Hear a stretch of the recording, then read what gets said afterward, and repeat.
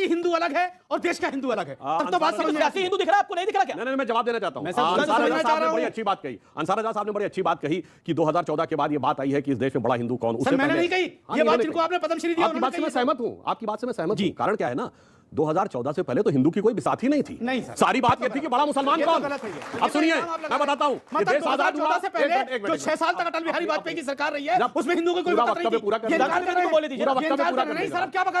अरे भाई पूरी बात सुन लीजिए। आपको आपने कहा 2014 के बाद तो अटल बिहारी वाजपेयी के शासन में क्या था? संविधान बना, बाबा साहब अंबेडकर के संविधान में कोई सेकुलर शब्द नहीं था।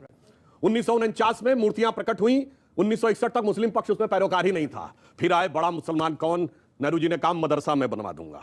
फिर आई इंदिरा गांधी, उन्होंने कहा तुमसे बड़े तो मुस्लिमों की सरपरस्त मैं गोरक्षक संतों पे गोली चलवा दूंगी। फिर उसके बाद आए उनके पुत्र राजीव गांधी, उन्होंने कहा तुमसे बड़ा मुस्लिमों का संरक्षक मैं शरीयत का लागू करने के लिए संविधान में संशोधन कर दूंगा, सर्वोच्च न्यायालय का निर्णय बदलवा दूंगा। फिर हुई एक अलग जंग बड़ा मुस्लिम बनने की, मुलायम सिंह ने कहा मैं गोली चलवा दूंगा, तो नरसिम्हा राव ने कहा मैं मस्जिद बनवा दूंगा, तो फिर इन्होंने कहा, मनमोहन सिंह ने कहा कि देश के संसाधनों में पहला हक मुसलमानों को दिलवा दूंगा। और उसके बाद बढ़ते बढ़ते आ गई यहां तक कि आज हमारे सवाल का जवाब मुसलमीन के लोग कहते हैं मुलायम, लालू या राहुल के पीछे सर ये तो डेली प्रवक्ता बताते हैं, कोई नई बात बताइए ना। ओवैसी साहब आए तो अब बढ़ते बढ़ते यहां तक आ गई। अब बड़का हिंदू कौन, बड़का मुसलमान कौन, ये देखिए। एक कहता मैंने गोली चलवाई, एक कहता मैंने तुमको सबसे पहला हक दिया, एक ने। अब जानते क्या है इनकी से क्या हो गई है, जैसे एक किसी लड़की के ज्यादा आशिक हो जाए तो वो कहता है अरे कांग्रेस कहती है मैं तेरा आशिक पुराना, मेरे को तो देख।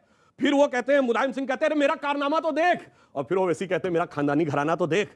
तो हकीकत तो यह है कि लड़ाई इनके अंदर चल रही है। अच्छा रही बात हिंदू की, तो एक और बात कहना चाहता हूं। देखिए आप लोग इस्लाम के अच्छे जानकार हैं। इस्लाम में एक फिरका बताइए जिसने एक दूसरे के खिलाफ फतवा न जारी कर रखा हो कि मैं तुमसे बड़ा हूं तुम हमसे बड़े हो। देवबंदी का फतवा बरेलवी के खिलाफ, अहले हदीस का फतवा अहमदियों के खिलाफ, शिया का फतवा सुन्नी के खिलाफ। हमारे यहां तो कहा गया सिया राम मैं सब जग जानी, करहूं प्रणाम जोरी जुग पानी। सही पकड़े हैं। सेकंड हमारे सवाल का जवाब ना तो सुधांशु जी ने दिया ना आपने दिया। इन्होंने वो कहानी जो मुलायम सिंह और लालू यादव, नरसिम्हा राव, ये डेली प्रवक्ता बताते हैं, ये सब रटी हुई बातें डेली पब्लिक को पता है। और ये व्हाट्सएप यूनिवर्सिटी से भी आया है, इसको बता दूं। क्यों कार सेवकों पे गोली नहीं चली थी? आपके व्हाट्सएप यूनिवर्सिटी से मुसलमानों का क्या कसूर है उसमें? पर गोली नहीं चली थी? क्या कसूर है? मुसलमान का नाम लिया, मुलायम सिंह यादव का नाम लिया। सर एक मिनट, क्या कार, देखिए कार सेवकों पे गोली चली थी नहीं चली? कार सेवकों पर जो गोली चली वो गलत था, लेकिन क्या मुसलमानों के कहने पर चलाई? क्या मुसलमान का नाम लिया था?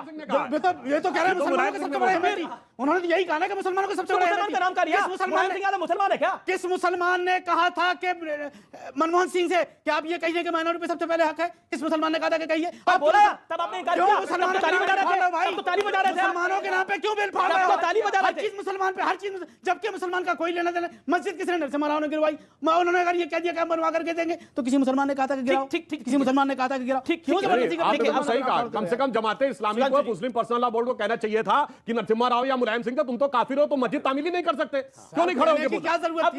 मैं इस सर कहने की क्या जरूरत थी? मैं मेरा निवेदन है कि विषयांतर ना हो। विषय हमारा है हिंदुत्व के नाम पर। मैं आपके पास आता हूं शोहेब जमाई, हम कई बार इस देश के अंदर देखते हैं कि डराने का माहौल क्रिएट किया जाता है। इस देश के अंदर ही शाहीन बाग हुआ और डराया गया कि देखिए इससे नागरिकता चली जाएगी। आप भी थे उस आंदोलन के अंदर जब आप भी कहते थे देखिए नागरिकता चली जाएगी। आज करीब करीब 2 साल से ऊपर हो गए हैं उस पूरे घटनाक्रम को। क्या आपकी नागरिकता गई है? सवाल है नहीं गई है। निकल लौड़े, पहली फुर्सत में निकल, कोई जरूरत नहीं हिंदुस्तान को तेरी, पहली फुर्सत में भोसड़ी के निकल। लेकिन डराया गया और डर का माहौल ऐसा बनाया गया कि Hindutva is equal to Boko Haram और आईएसआईएस। वो बोको हरम जो औरतों को सेक्स स्लेव बनाता है, वो बोको हरम जो बच्चों की गर्दनें काटता है, वो बोको हरम और आईएसआईएस जो नरसंहार करता है। हिंदुत्व ने देश में नहीं दुनिया में कहां ऐसा करा? अगर एक एग्जांपल दे देंगे तो यहां पे मैं पत्रकारिता छोड़ दूंगा। बताइए आप मुझे। देखिए अमीश देवगन, बड़े संवेदनशीलता से एक बात पूछना चाह रहा हूं। मैं सुधांशु जी की, डॉक्टर साहब की बात बड़ी करता हूं, ठीक है? इन्होंने कहा कि हम बड़े हिंदू हैं। ठीक है साहब, आप बड़े हिंदू हैं, आप हिंदुत्व के खैर खां हैं बहुत। मुझे बस इतना बता दीजिए कि जब इस बड़े हिंदू के सरकार में आने के बाद कितने हिंदू बच्चों को नौकरी मिली, इसका डेटा ले आइए।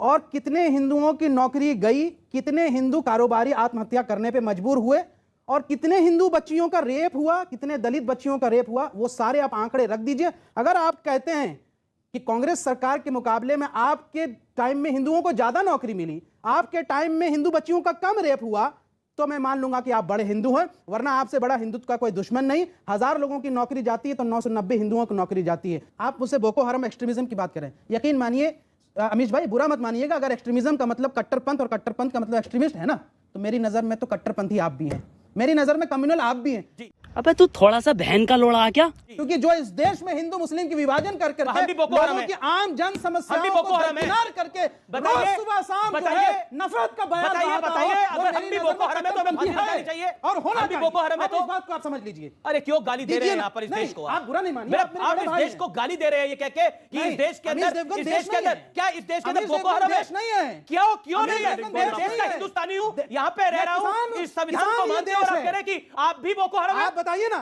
सवाल उठेगा आप पे। 600 किसानों की ठीक है, हत्या एक हो मिनट की गई, कॉल 600 लीजिए। किसान शहीद हो गए। सुधांशु कुछ कहना चाह रहे क्या हैं? एक प्रधानमंत्री लाइन, ने एक शोक अब जताया? आपने देखिए कंट्रोवर्शियल कोई बात आप- कर दी है। कोई जवाब आक्रोश की सुन के जरूरत जाइए, नहीं है। बताइए जवाब ना। सुन के जाइए, अगर जवाब आप सुन हिंदू के जाइए, बड़े अरे भाई बड़ी और शांति हिंदुओं से की बात चिंता बड़ी करते हैं। शांति से बात करिए। तो आपने ये कहा तो ये बताइए फिर ओवैसी आप तो कह रहे हैं कि मानते हैं कि सबसे अपराध हुआ? ज्यादा इनकाउंटर और पकड़े मुसलमान जा रहे हैं, तो आप सही, ओवैसी सही। बोलिए ओवैसी गलत, बोलिए ओवैसी गलत। आप